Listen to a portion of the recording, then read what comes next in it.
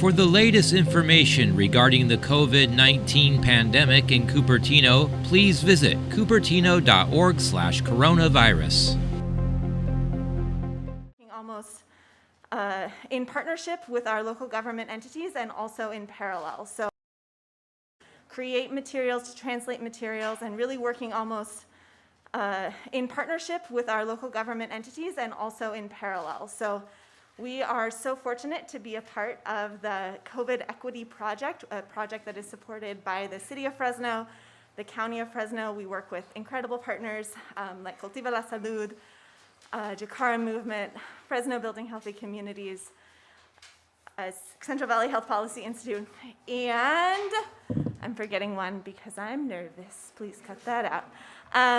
Today we were able to bring this farm worker and small farm, small grower event, Vaccination, together with the partnership of some incredible organizations.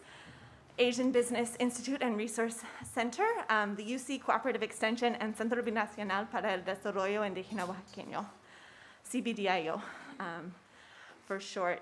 We know that farm workers and our small farmers are essential parts of our community, and so we are so excited that we can be a part of the solution to making sure that vaccines get in their arms so that we can protect our elders, protect our growers, the small farm growers, and all of our farm workers that are so important to our community.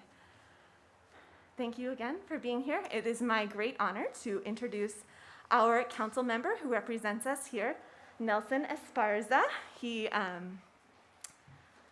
He's here to talk to you all. Welcome to Firm. Thank you.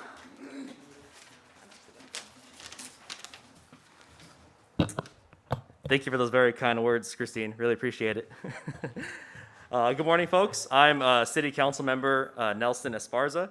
I have the great privilege of representing Central Fresno and Southeast Fresno. And it's my distinct pleasure to join our state leaders this morning right here in my district. I represent one of the communities in Fresno that is the most impacted and the most vulnerable to COVID-19. A hotspot within a hotspot, if you will. You know, given the San Joaquin Valley's role as an epicenter here in our state during this pandemic. Today, we're standing at Fresno Interdenominational Refugee Ministries on the campus, and we could not be more grateful to FIRM. We call them FIRM for short. FIRM for the role they play as a community resource day in and day out. Not only here in Central Fresno, and not only for our Southeast Asian brothers and sisters, but really for Fresno as a whole. I would say that FIRM has stepped up and really been a tremendous resource during this pandemic. They've stepped up and hosted the UCSF COVID-19 Equity Project, which, by the way, UCSF Fresno is another gem within our district, but I digress. And FIRM is also now stepping up to serve as a site for vaccinating our farm workers and small farmers. So to them, we say a great thank you. And it goes without saying that these essential workers, our farmers and our farm workers especially, we rely on to keep our families fed, have been critical, absolutely critical. They have kept not only the city afloat during these trying times, but really our communities all across California and the nation, if I might add. I very much appreciate the governor's relentless efforts on vaccine distribution and the tireless work of his administration over this last year in meeting the moment and keeping our community safe. I'd also like to acknowledge my own representatives that represent the district as well at the state level, Dr. Arambula and Senator Hurtado, and for working with the administration to deliver for Fresno County. We look forward to even more collaboration and the increases in vaccine supplies that we'll see as soon as next week, and even more so in the coming months. And now it's my pleasure to introduce to you the Assembly Member from the 32nd District, Rudy Salas.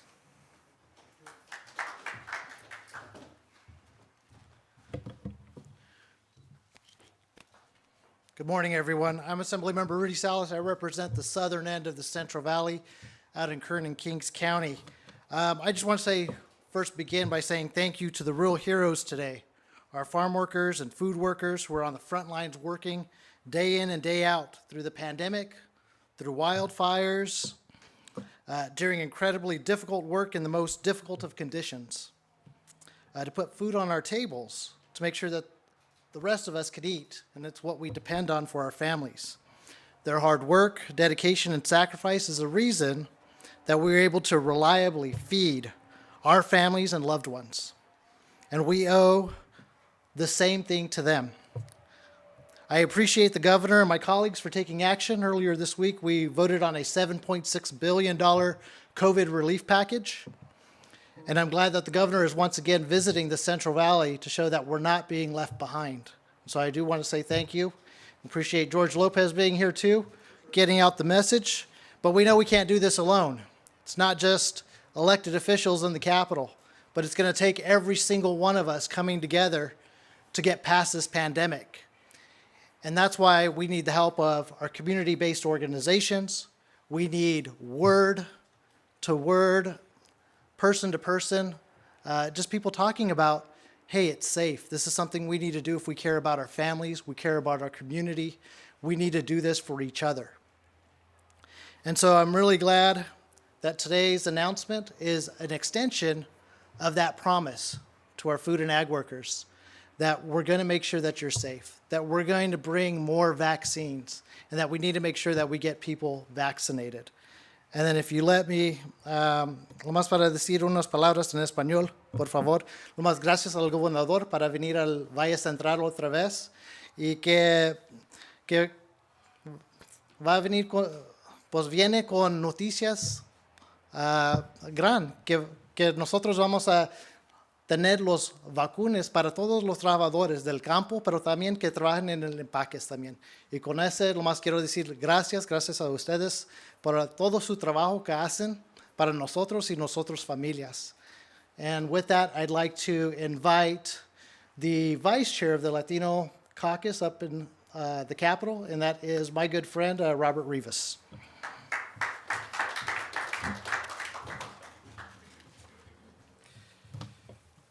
Yeah, so good morning, everyone. My name is Robert Rivas, represent the 30th Assembly District, Chair of Assembly Agriculture, and Vice Chair of the California Latino Legislative Caucus. And on behalf of our caucus, I want to thank our governor for inviting all of us here today. And want to thank the frontline healthcare staff who's here on site. We want to thank them for all the work that they're doing to ensure that we're vaccinating our most vulnerable, our farm workers, and that we're keeping them safe. This past year has been incredibly challenging for our country. It's been incredibly challenging for our state. This pandemic has taken a toll on everybody, from frontline essential workers to small business owners, parents, teachers, students. And this week it was well reported that our state here in California, we've hit 50,000 deaths related to this pandemic. 50,000. And every one of those lost lives was someone with a family and with friends. Family and friends who that cared about them, that loved them. And those losses have fallen disproportionately on our state's Latino, Black, and Native American our residents. And look, in the modern history of California, no governor has faced a crisis like this one. Unexpected, statewide, affecting every Californian, putting unprecedented strain on our healthcare system, and lasting now for over a year. In other states, you have some governors that haven't acknowledged the science of COVID-19, have stepped back from the hard work of leadership. Ours did not. And Governor Newsom has led with an unrelenting focus on those groups most affected by this virus, and time after time he stood up for the most vulnerable here in California. And I'm particularly grateful for the way that the governor has protected our farm workers. And Governor, I can tell you that in farm worker regions in this state, those communities, your support has saved lives. And as we have seen just today here on this site, this effort will continue to save lives. And clearly, we have work ahead of us to get everyone vaccinated, as was mentioned by Assemblymember Salas, to educate all of our farm workers, all of our residents in this state, the benefits of being vaccinated. But it's going to take a lot of work to get California back to normal. But the end of this dark period, in my opinion, is finally in sight. And so I am grateful for our governor, for his leadership, and to everyone here, my colleagues at the state level, the local level, for all of this work, incredibly important work, but let's keep it up. And again, appreciate the invitation to be here and want to introduce and welcome this region's assembly member and my friend and colleague, Assemblymember Joaquin Arambula.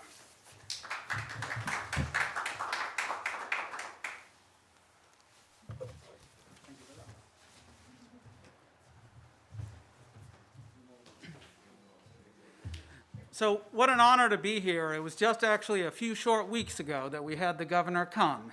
And if you remember, we had Maria Suarez, an 85-year-old lady who was our 5 millionth person who we vaccinated as a state. And yet here we are just a few short weeks later back in Fresno where you're paying attention to communities who need your attention right now. I am thankful and grateful, Governor, for your continued and persistent attention to the central San Joaquin Valley.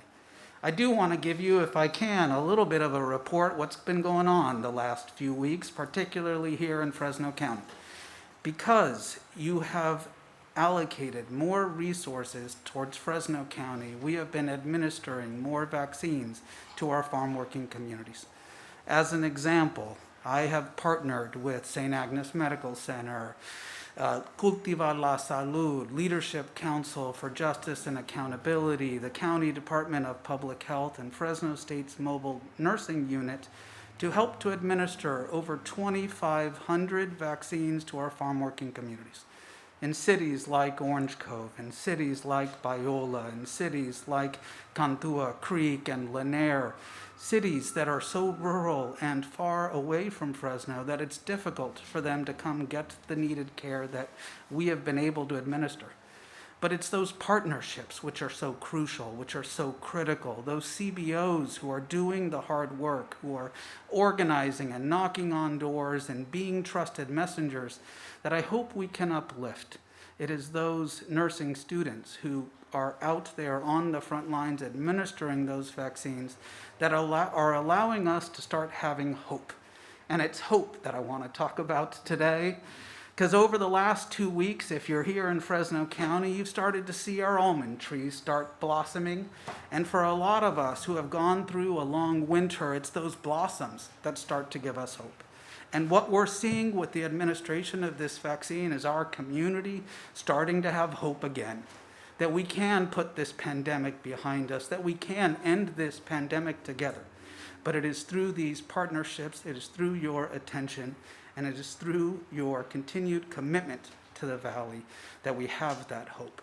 So it is with a deep sense of gratitude, appreciation, and feeling blessed here in the Central Valley that I wanted to welcome you back and make sure that you felt it from all of us here about your continued attention and how important it is to us. With that, I'd like to invite my colleague and Senator from the 14th District, Melissa Hurtado, to the stage.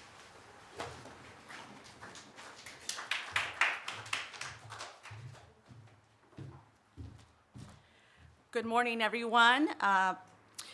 I want to start off by thanking the governor for once again coming down to the Central Valley, here to Fresno. I got the first opportunity to work with the governor 2 years ago as we were running for office, both at the same time.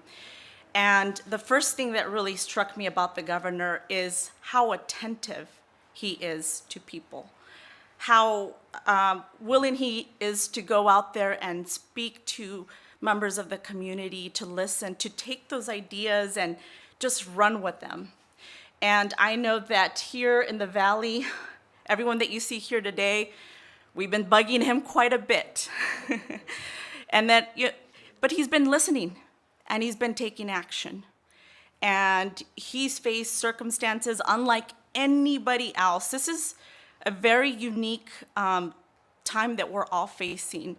And as much as I'd like to think that this pandemic is near over, the reality is that climate change, something that the governor has been talking a lot about, is going to bring new challenges. And within that is healthcare challenges. But here in the Central Valley, we know that that's something that's not, it's a challenge we've faced for quite some time. I know my good colleague from the Southern Central Valley, Assemblymember Salas, has been a big advocate for valley fever, which is also very deadly, and it's spreading even more and more.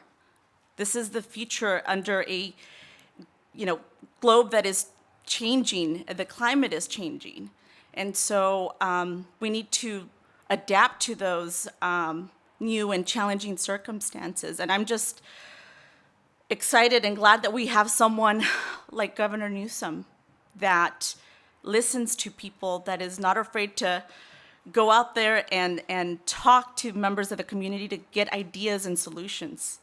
He's very innovative. He knows how to bring people together, and we have to do this all together, because we will only overcome climate change uniting around these issues that we're just going to be long facing into the near future. So, not trying to be Debbie Downer today, but that's the reality, and we will only overcome these challenges if we work together, because it never helps to point fingers at one another. And we're so fortunate that we have great leaders here in the Central Valley, and that we have Governor Newsom leading the state, because I know that things are going to turn out positive. So thank you once again, Governor, for coming on out. I love it, and I'll continue to bug, as I'm sure my good friends over here as well will continue to bug you to come down, and we love it. We want to have you here more. So thank you, everybody. And I am up next is my other good friend and colleague, Senator Caballero.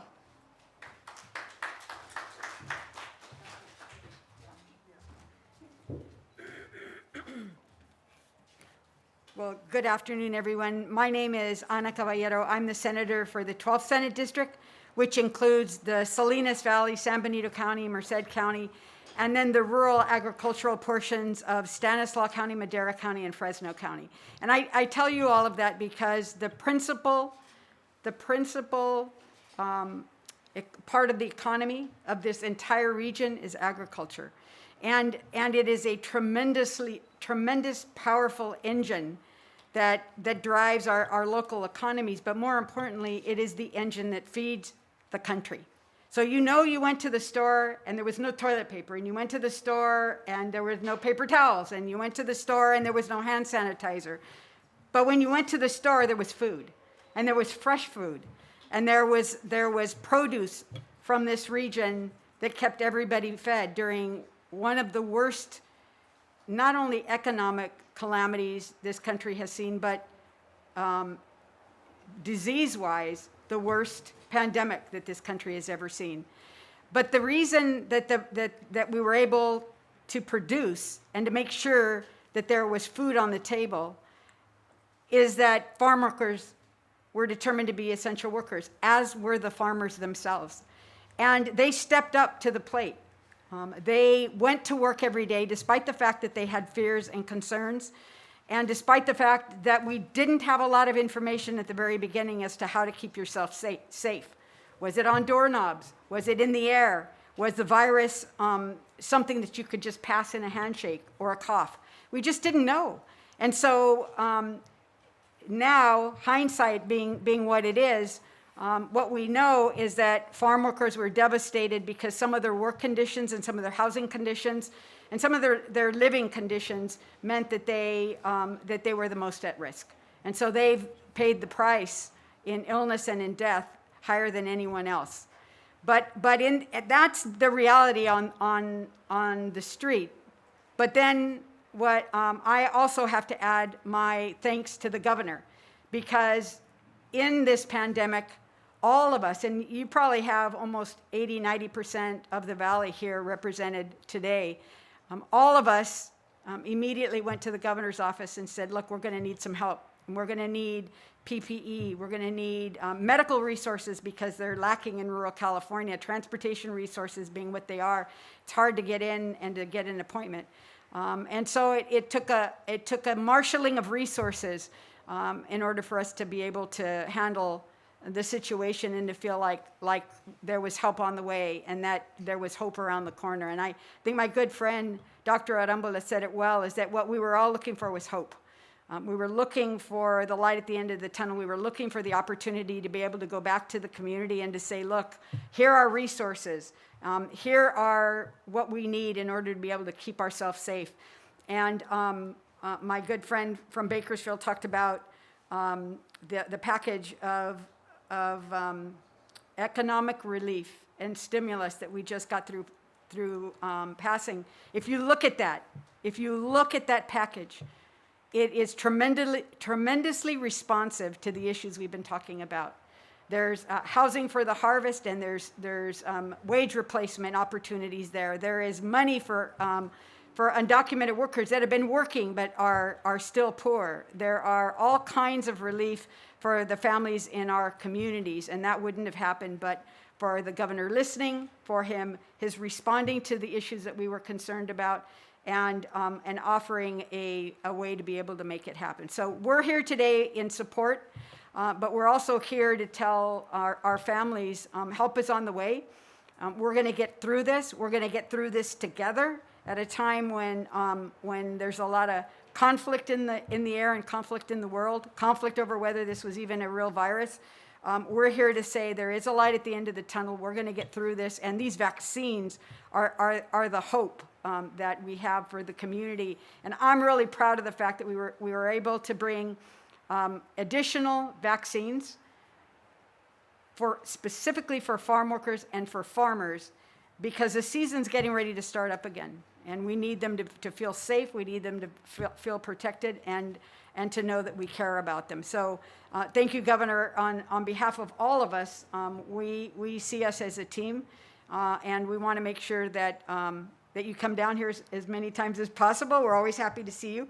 And it's the hope that we hope that we're expressing to the community that we're here and we're going to make sure we get the vaccines that they need. Now it gives me great pleasure to introduce Camila Chavez, who's the Executive Director of the Dolores Huerta Foundation.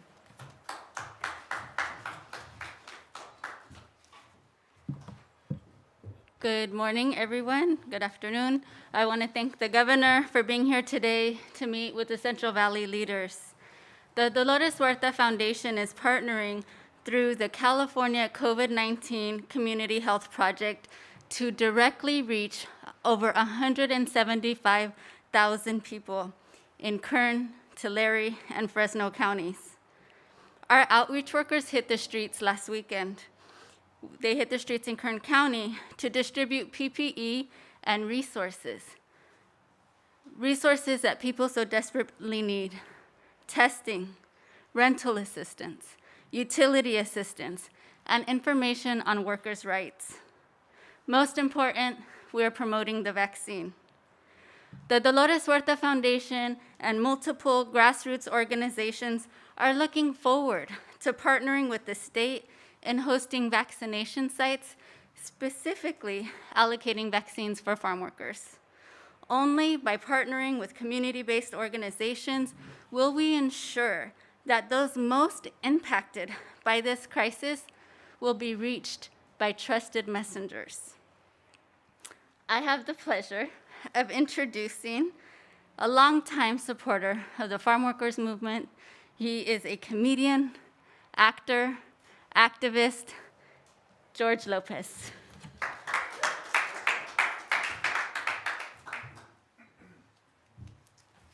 Thank you, everybody. I have spent quite a bit of time out here, so I understand how important everybody who works in this area is, all the farm workers and all the people who get up every day and go to work. with just a little bit of practically no attention. But they are very important to the state, they're very important to the country. And if you think about that, everything that we eat, they touch first. So when you think about whether you're a vegan or a vegetarian, you can't be without the people of the Central Valley. And I say, if you work in putting food on the table, then you belong with your place at that table. So it gives me a great honor to introduce a friend of mine, Governor of the great state of California, Gavin Newsom.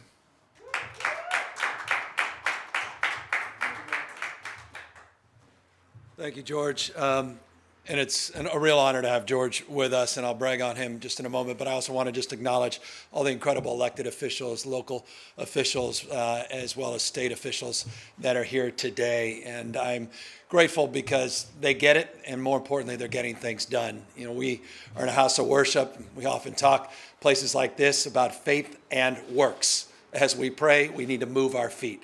These folks are moving their feet every single day, organizing communities, large and small, meeting people where they are, and implementing and applying the principles that unite us as Californians, and that's around our values of equity. And it's a spirit that brings us here back to the Central Valley today. And I say back because on Monday, I began my week in Arvin in Kern County. I was up in Madera. We made commitments to this valley on Monday, saying we're going to bring an additional 34,000 doses to this valley by reprioritizing them from other parts of the state and bringing them here. And we've done exactly that.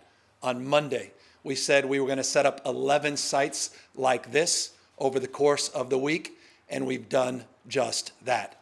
On Monday, in Arvin, we announced that we were going to increase the supply of available vaccines above and beyond the 34,000 by 58% week over week here in the Central Valley, and we've done just that. And I can assure you, we recognize the inadequacy nonetheless of these efforts. We have more work to do, and we are committed, not just interested, committed in stepping up our efforts and significantly increasing supply and increasing our outreach to communities all across this region. And when I say outreach, we recognize that we can't do it alone, not just elected officials. We need partners like FIRM. What is unique and special about this place is they're one of 337 CBOs that the state of California now has formally engaged in to provide in-language services and provide that trusted messenger engagement that allows folks to do things that the state itself and elected officials could never do. And that is provide that peer-to-peer touch, to be able to go out, bend down on one knee, lift other folks up, and encourage them by educating folks that may be a little reticent, may be a little hesitant to get the vaccines around how these vaccines will save your life and how these vaccines are part of our effort to completely turn the page on this pandemic and get it behind us. You know, Dr. Rumbala talked about that 5 millionth dose of vaccine that was provided just a few weeks ago. It is remarkable to just think just a few weeks ago, we were at 5 million doses of vaccines administered. Today, we announced that we're at 8,240,000, more than 6 nations in the world, passing countries like Israel. California has significantly stepped up its weekly administration of doses. In fact, the only constraint now is supply. We are administering more vaccines now formally than we are receiving from the federal government. It's not an indictment.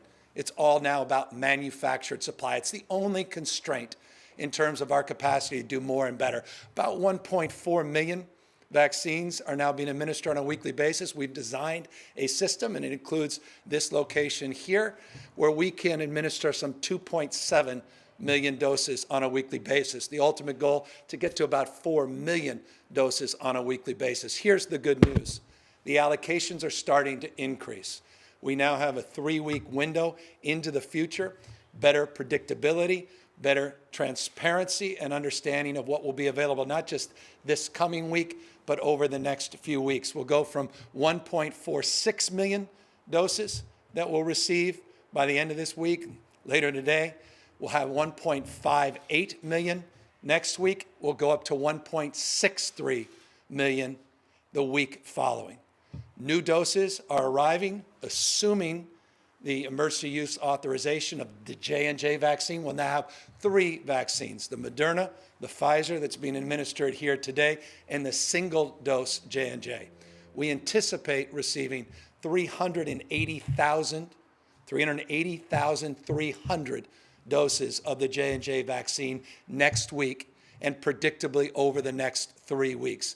That single dose provides opportunities to bring those doses and vaccines to where people are, because those doses don't require the storage that the Moderna and Pfizer doses require. And again, they're just a single dose. So now we'll have 3, and we'll see that manufactured supply go north of 380,000 very confidently. End of March, we'll see those begin to significantly increase. Look, it was mentioned by some of the members and the senators, and I appreciate all the spirit of optimism, and there should be.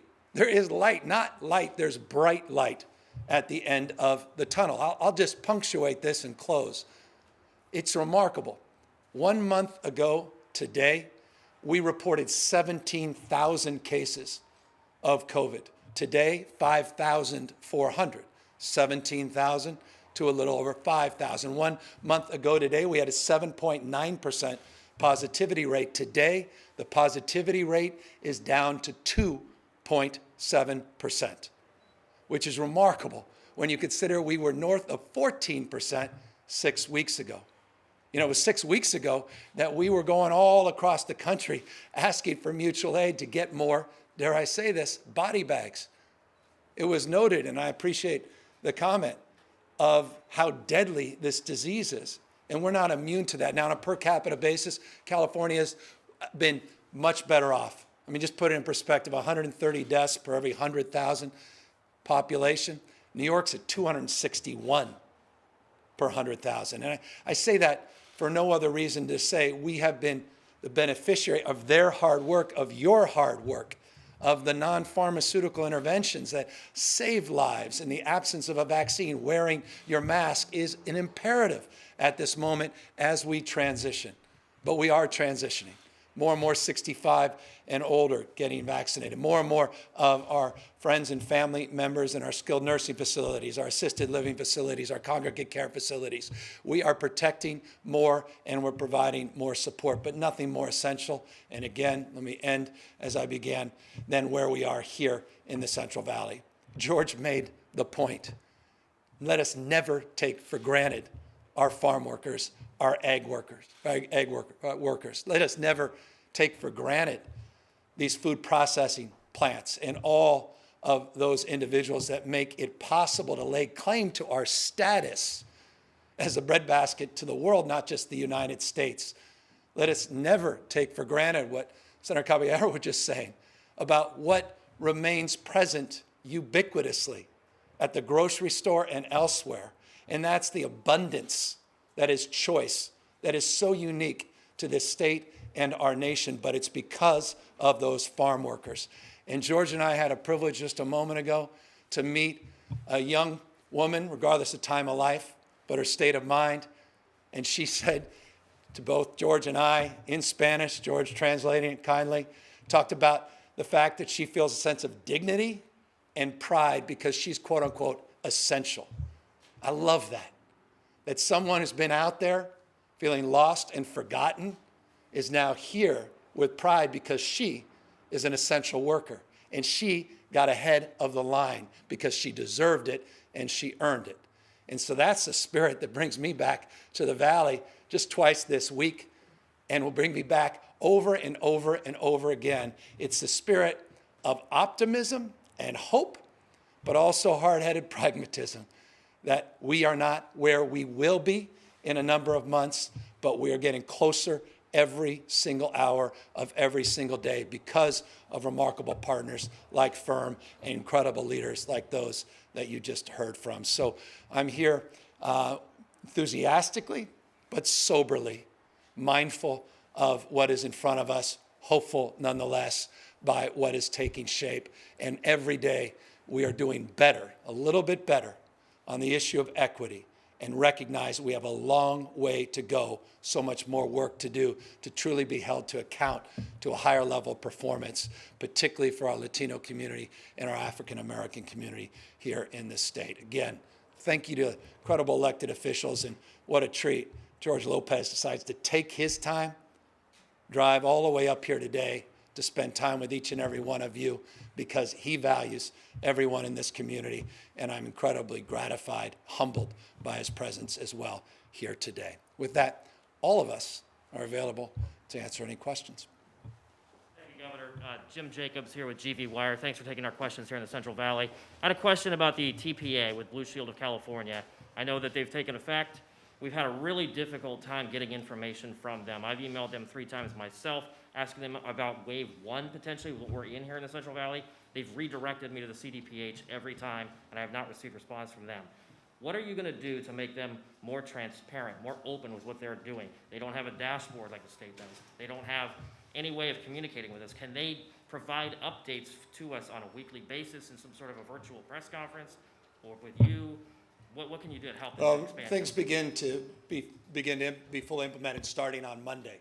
So we just announced this transition. So we're in the midst of the transition. So your question is perfectly understandable and rational, and is recognized not only here in the Valley, but all across the state. So we're moving from a transition, 58 solutions, 1,100 providers under those 58 counties. Lack of transparency, I assure you, in each and every case, in each and every county, everyone operating a little bit differently. The whole idea of getting everyone on a single platform is more transparency, more accountability, more ability to answer your question by not only looking at a dashboard, but understanding what those numbers mean, what they don't mean. Provider payments, incentives in terms of performance, redirecting allocations that are not getting to people's arms, that are still in freezers, and data analytics that will allow us a real-time information gathering. So next week, that process begins at a whole new scale.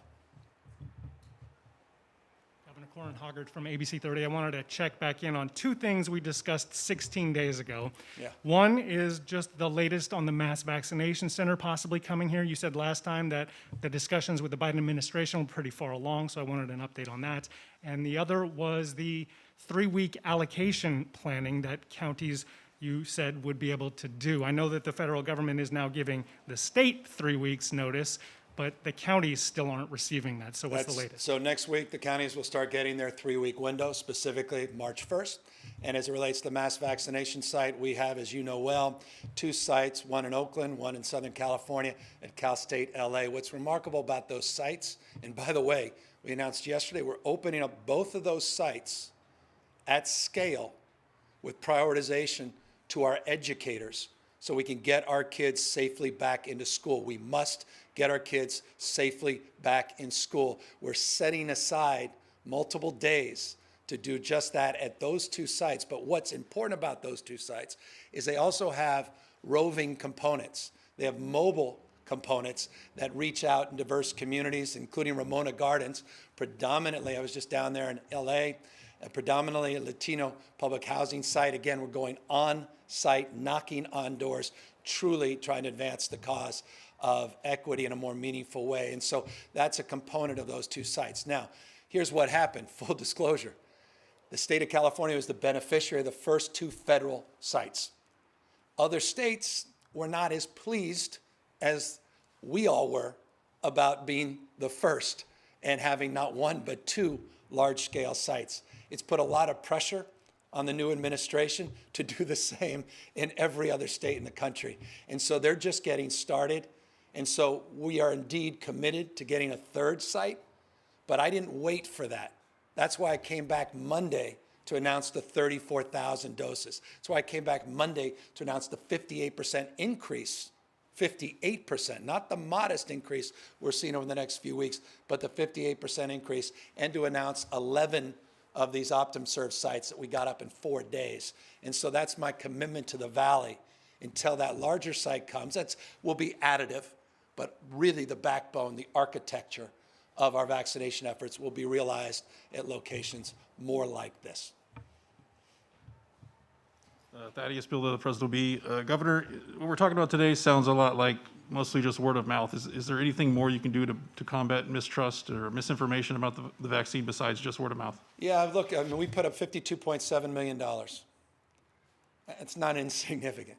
$53 million, and we partnered with community-based organizations like this. And that's exactly what we're doing. This, by the way, that's an announcement. 337 community-based organizations now as part of this public-private partnership. I say public-private because of their leadership, the Assembly and the Senate. They provided over $23 million, and then we went out and re-raised $29 million, 29.4 to be exact. 23.3, 29.4, $52.7 million. And this is one of those CBOs that we're partnering with to do exactly what needs to be done to address the issue of misinformation and lack of trust and confidence in not only the safety, but the efficacy of these vaccinations. So that's our approach, and it's truly culturally competent in language, bottom up, not top down. And to the extent we have to build on that and do more, we are committed in partnership to build on that and do more. Governor David Talbot, GV Wire, thank you so much for taking our questions. The different school districts that cover Fresno have different policies when it comes to in-person instruction. Clovis Unified has already have students back in campus. Fresno Unified has not for the general school population. And they have a contract with the union that will be until the orange tier comes to Fresno County that can happen. So I'm wondering, is there any talk of state intervention possibly requiring in-person instruction for districts like Fresno that have these issues with the union? Yeah, we've been working with the legislature. We're literally in the final stages of our negotiations. I hope it's the final stages of our negotiation. We've been at this since December. What's included in that is $6.6 billion to address the issue of learning loss and to address the associated costs to safely reopen, to provide supports to consider the extension of the school year, school day, to provide wellness, to provide the kind of support on capital improvements for ventilation, for distancing. We've provided 3 months of free PPE. We have contracts on testing, and we put out a dashboard for safely reopening our schools. And we are looking forward with the expedited vaccinations. And by the way, we're one of the first states in America to prioritize our teachers and our cafeteria workers, bus drivers, and food workers, our educators, to prioritize them in terms of vaccine allocation. With all of that, I would hope and expect, this is my opinion, that we will reopen for in-person instruction, TK to 2 and 3 to 6 as a top priority. With respect, our kids can't wait. They can't afford another day, another week, another month without the social-emotional benefits of being safely in school and in person. We can get this done, and so that's what we're working on with the legislature, and I'm eager to see that happen. I've frankly been a little insistent on seeing that happen, and so the answer to your question is we are working through that, and hopefully there'll be some daylight on those efforts as early as the beginning of next week. Hi, Governor. This is Marie Edinger with Fox 26 News. You mentioned that the vaccines that are coming to the Central Valley are from a redistribution plan rather than the state actually getting more doses. And as you know, Fresno County was altogether paused for its max vaccination sites of its first doses. I'm wondering what made you decide to take on that redistribution plan, and if bringing doses here is going to negatively impact other communities since we aren't getting extra doses. Yeah, so it was part of the TPA, it was part of the agreement with Blue Shield. We actually began to loosen the allocation, 70% statewide going to people 65 and over, 30% to food and ag workers and other essential workers. You're the beneficiary of a larger portion of the population falling into that segment. And that's why it's not one time. The announcement was 58% increase ongoing, not 5%, not 8%, 58% ongoing as a baseline. In addition to that, we did do one-time $34,000 because respectfully, one of our providers was not administering the vaccines quickly enough. And yes, forgive me, we decided to send them to the Valley because you deserve them. Hi, Governor. This is Jocelyn with CBS 47. Two quick things. The first thing, Fresno County had an allocation of about 21,000 doses last week. When you talk about a 58% increase, is that a 58% increase to that allocation?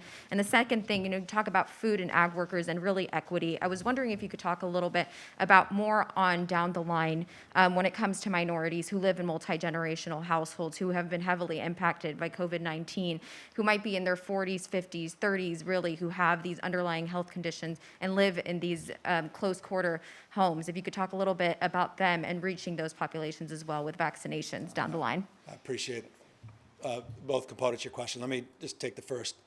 58% is average for the entire valley. That includes many parts of the valley. Let me be more specific. When we're in Arvin, we talked about Kern County's allocation being closer to 78%. Certain parts of the valley doing a little bit better than other parts of the valley. So we're working through the details, and I'll provide you a map of the specifics. But let me give you the valley's specific. 44,000 a week ago, 69,000 this week. That's the percentage increase in the valley to local health authorities, meaning there's additional private, there's additional pharmacy and additional community clinic allocations that are not part of that. That's the baseline. 44,000 went to 69,000 as it relates to King and Tulare and here Stanislaus and other parts of the valley, including Fresno. So that's encouraging. That's the baseline. Now, as it relates to your subsequent question, which is the right question, mixed status families, all those generational challenges and opportunities, I love that it was mentioned just a moment ago, that $7.6 billion effort we just announced a few days ago, because in that includes, yes, thank you, Senator, that Housing to Harvest program. That's $24 million we just approved.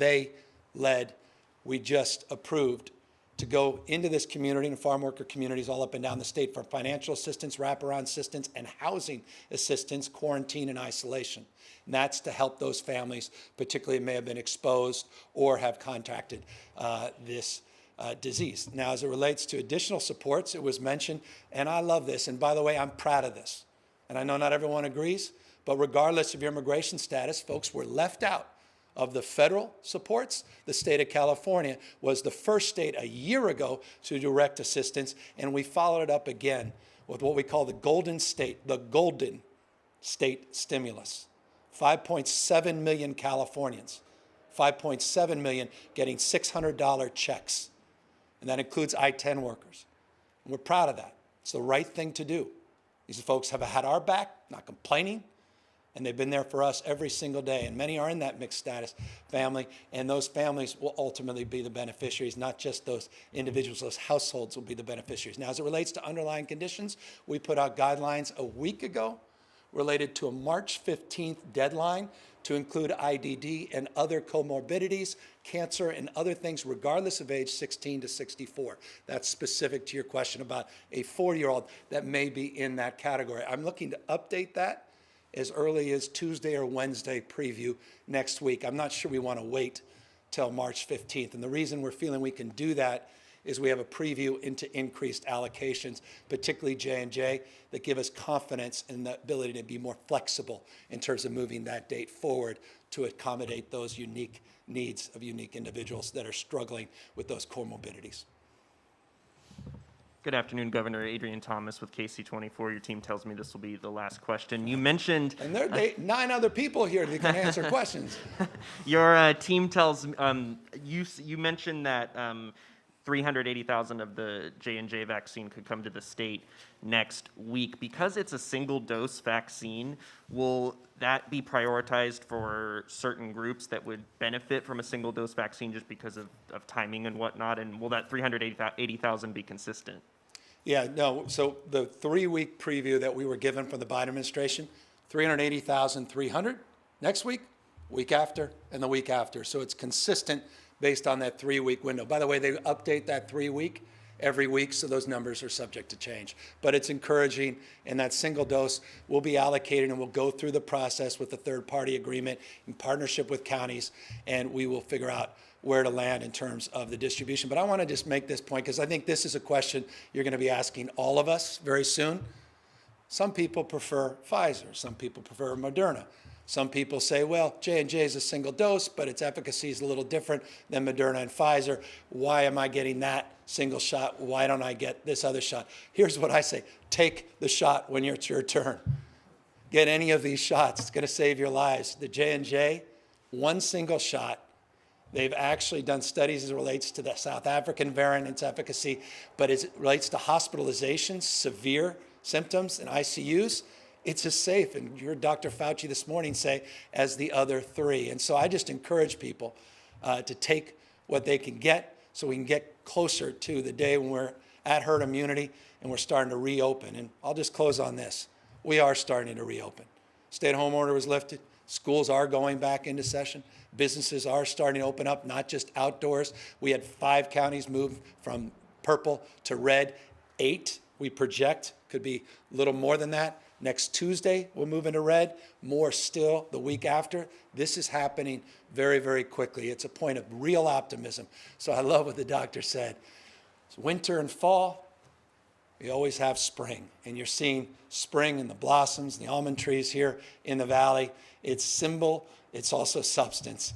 We really are seeing that bright light at the end of the tunnel because of all of your hard work, because of millions of Californians that met the moment and helped get us to this point. And so I thank each and every one of them.